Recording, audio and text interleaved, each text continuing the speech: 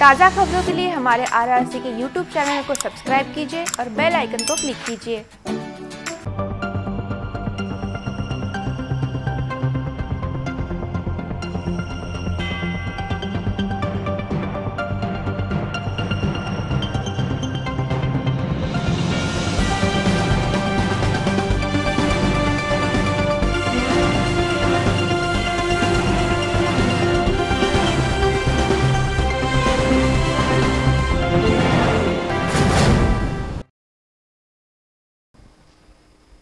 नमस्कार, city news के हिंदी समाचार बुलेटिन में मैं मानसी आपका हार्दिक स्वागत करती हूं। सबसे पहले एक नज़र आज की सुर्खियों पर। 31 के लिए पुलिस ने की जमकर तैयारी।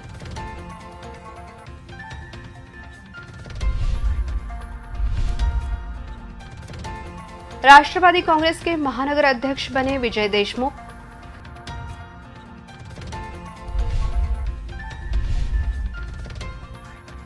अकोला शहर के मुख्य मार्ग पर बड़े हादसे का खतरा।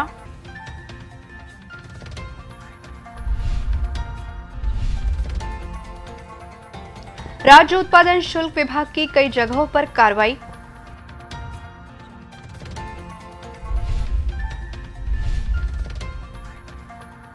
मेलघाट में बाघ को देखने उमड़ रहे पर्यटक।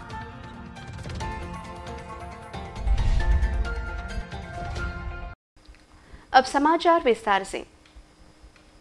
31 को लेकर पुलिस ने अपनी आवश्यक तैयारी की है, जिसके तहत एक डीवाईएसपी, 20 पीआई, 45 एपीआई और पीएसआई के साथ ही 1500 पुलिस कर्मचारियों की नियुक्ति शहर के प्रमुख मार्गों पर की जा रही है। कोरोना वायरस के चलते इस साल 31 बनाने और नववर्ष का स्वागत का माहौल ठंडा रहेगा। फिर भी युवाओं ने 31 बनाने की तैयारी अपने अपने ढंग से कर ली है। कोरोना के कारण रात 11 बजे से सुबह 6 बजे तक का कर्फ्यू लगाया गया है, जिसके कारण 31 बनाने का मजा किरकिरा हो गया है। वही 31 को लेकर पुलिस का बंदोबस्त है। पिछले साल तक 31 दिसंबर की रात 12 बजे तक लोगों के घरों के साथ साथ होटल में भी पार्टियां चलती थी। लोग एक दूसरे को नववर्ष की शुभकामनाएं देते थे। अब कोरोना वायरस को लेकर रात 11 बजे से सुबह 6 बजे तक कर्फ्यू लगाया गया है। उस अनुसार अब लोगों ने अपनी अपनी तैयारी की है। बड़ी संख्या में लोग रात के भोजन के लिए अपने परिवार के साथ बाहर होटल या अन्य कहीं जा सकते हैं, लेकिन रात 11 बजे के अंदर घर वापस आना पड़ेगा, जिसके कारण ज्यादातर लोग अपने परिवार के साथ घर में नववर्ष का स्वागत करेंगे। जिसे देखते हुए जिला पुलिस अधीक्षक जी श्रीधर ने शहर में तगड़ा पुलिस बंदोबस्त लगाया है, जिसमें एक डीवाईएसपी, 20 पीआई, 45 एपीआई तथा पीएसआई के साथ जिले भर में 1500 पुलिसकर्मी तैनात रहेंगे और 31 दिसंबर की रात पूरे शहर तथा जिले के संवेदनशील इलाकों में नाकाबंदी और जांच की जाएगी। इसी के साथ राज्य उत्पादन शुल्क विभाग द्वारा भी ध्यान रखा जा रहा है। कोरोना वायरस का प्रसार न हो, इस कारण होटलों के साथ साथ शराब पीकर हुड़दंग मचाने वालों पर भी विशेष ध्यान रखा जा रहा है। कुल मिलाकर 31 मनाने का मजा किरकिरा हो गया है। अकोला जिले में राष्ट्रवादी कांग्रेस को मजबूती देने के लिए कार्यकारिणी में बदलाव किया गया है, जिसके तहत राष्ट्रवादी कांग्रेस के नए महानगर अध्यक्ष के रूप में विजय देशमुख की नियुक्ति की गई है। राष्ट्रवादी कांग्रेस के मुंबई स्थित प्रदेश मुख्यालय में राष्ट्रवादी कांग्रेस के प्रदेश अध्यक्ष जयंत पाटिल की उपस्थिति में एक बैठक ली गई, जिसके बाद नई कार्यकारिणी की घोषणा की गई। इसके अंतर्गत पूर्व राष्ट्रवादी कांग्रेस जिलाध्यक्ष विजय देशमुख को अब अकोला शहर जिलाध्यक्ष की जिम्मेदारी सौंपी गई है, जबकि पूर्व महानगर अध्यक्ष सैयद यूसुफ अली को शहर कार्य अध्यक्ष बनाया गया है। कृष्णा अंधारे को प्रदेश कार्यकारिणी में संगठन सचिव के रूप में स्थान दिया गया है। राजकुमार मूलचंदानी को महानगर कार्यकारिणी से बाहर किया गया है। इस बैठक में पूर्व उप महापौर रफीक सिद्दीकी, पूर्व पार्षद मनोज गायकवाड़, पार्षद फैयाज खान, अब्दुल रहीम पेंटर, नितिन झापर्डे आदि उपस्थित थे।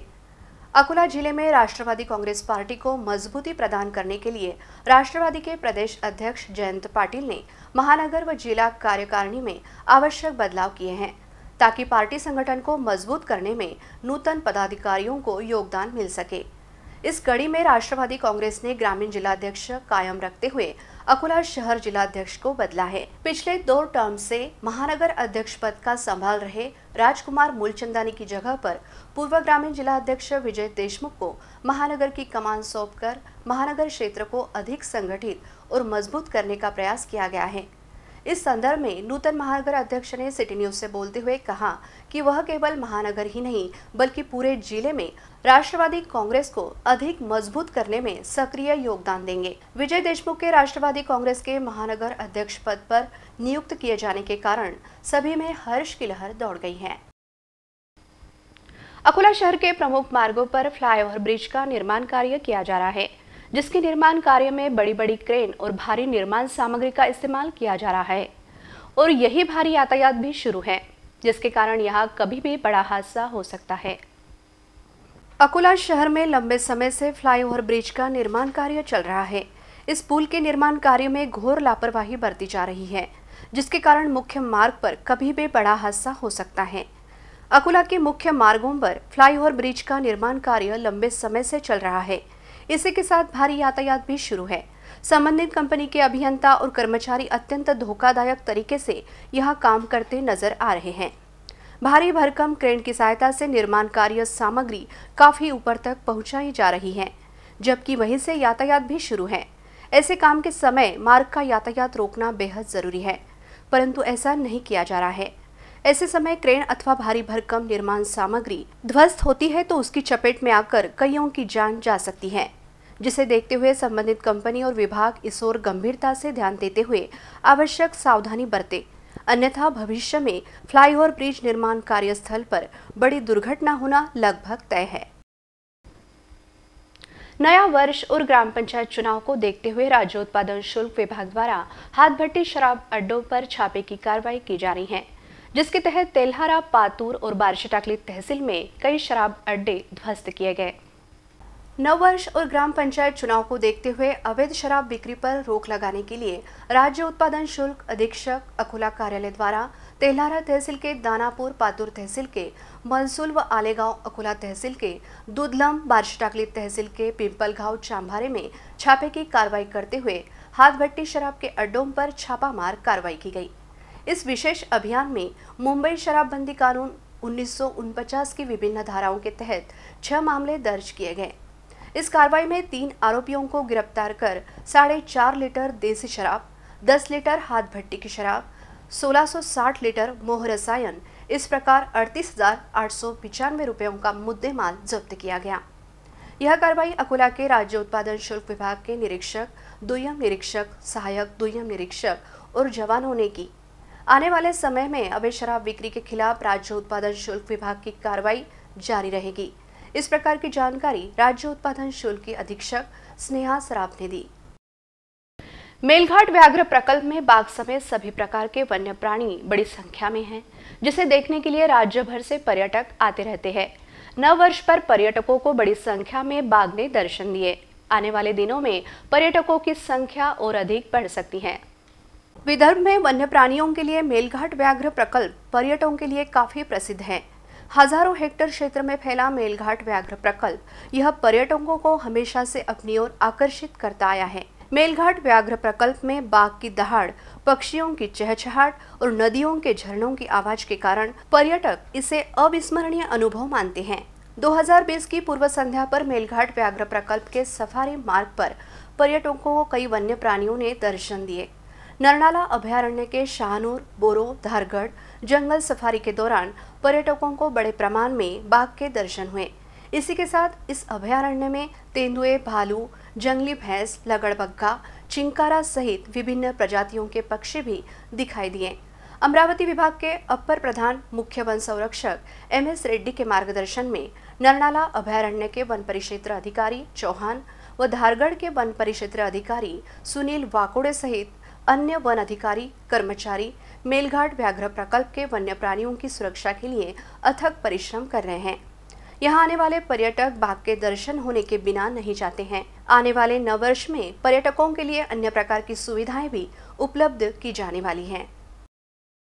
कोरोना संक्रमण प्रतिबंधात्मक उपाय योजना के अंतर्गत राज्य शासन के निर्देश पर अकोला जिले में 31 दिसंबर तक जो प्रतिबंधात्मक आदेश लागू थे, उसमें मियाद आगामी 31 जनवरी 2021 तक बढ़ा दी गई है। कोरोना वायरस के संक्रमण प्रतिबंधात्मक उपाय योजना के अंतर्गत राज्य शासन के निर्देश पर अकोला जिले में 31 दिसंबर तक जो प्रतिबंधात्मक आदेश लागू थे, महाराष्ट्र सरकार के मार्गदर्शक सूचना के तहत वह आदेश कायम रखे गए हैं। इसकी मियाद आगामी 31 जनवरी 2021 तक बढ़ा दी गई है। इससे पूर्व प्रशासन की ओर से लगाए गए निर्बंध में जो ढिलाई दी गई थी वह तथा चरणबद्ध तरीके से लॉकडाउन खोलने के संदर्भ में शासन के जो आदेश है वह कायम रखे गए हैं।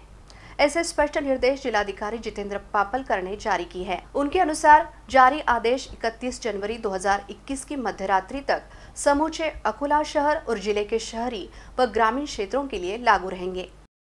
अकोला के प्रभाग क्रमांक 17 के कई परिसरों में गंदगी के अंबार लग गए हैं। महीनों तक परिसर की साफ सफाई नहीं की जा रही है, जिसके कारण स्थानीय नागरिकों में अपने आरोग्य को लेकर चिंता व्याप्त हो गई है। अकोला महानगर पालिका के पुराना शहर के प्रभाग क्रमांक 17 के अंतर्गत आने वाले सोनटक के प्लॉट बालापुर रोड स्थित उर्दू शाला क्रमांक 2 के पास और नवापुरा मस्जिद के सामने बड़े प्रमाण में गंदगी का अंबार लग गया है। यहाँ कई महीनों से साफ सफाई नहीं की जा रही है, जिसके कारण यहाँ बड़े प्रमाण में गंदगी इकट्ठा हो गई है। फलस्वरूप स्थानीय नागरिकों में अपने स्वास्थ्य को लेकर चिंता व्याप्त हो गई है।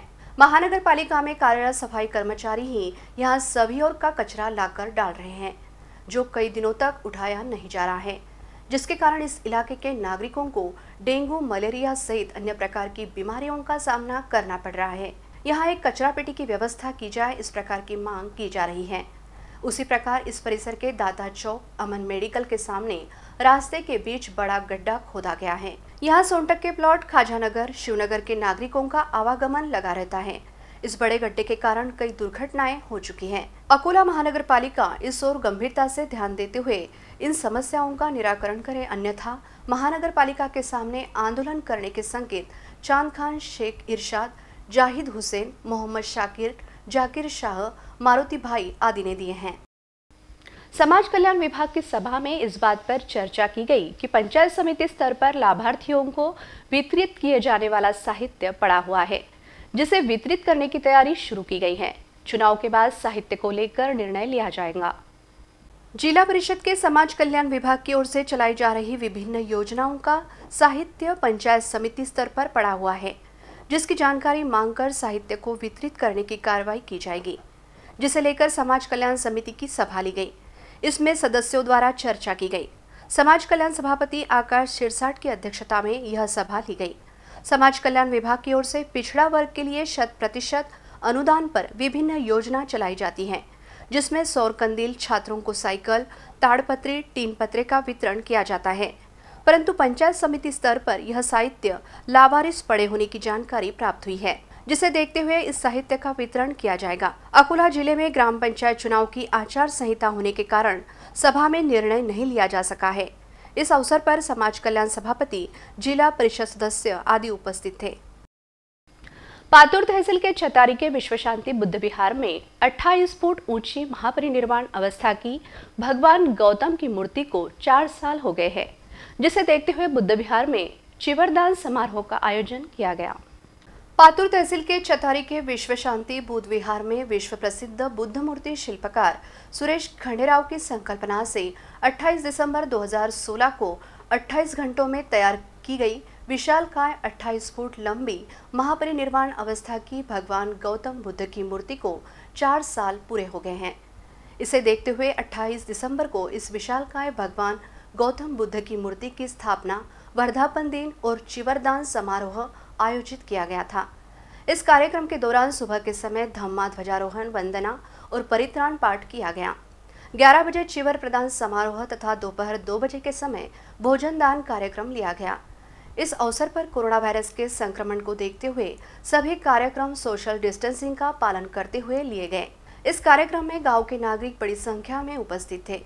इस कार्यक्रम का आयोजन भीम शक्ति क्रीड़ा मंडल, महामाया उपासिका संघ तथा गांव के नागरिकों द्वारा किया गया था। अंत में एक नजर आज की सुर्खियों पर। 31 के लिए पुलिस ने की जमकर तैयारी।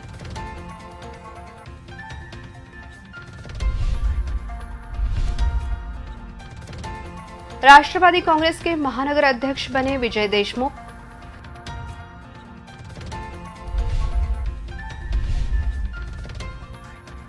अकोला शहर के मुख्य मार्ग पर बड़े हादसे का खतरा।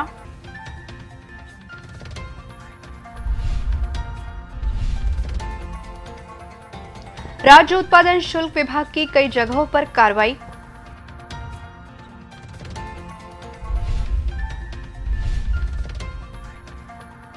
मेलघाट में बाघ को देखने उमड़ रहे पर्यटक।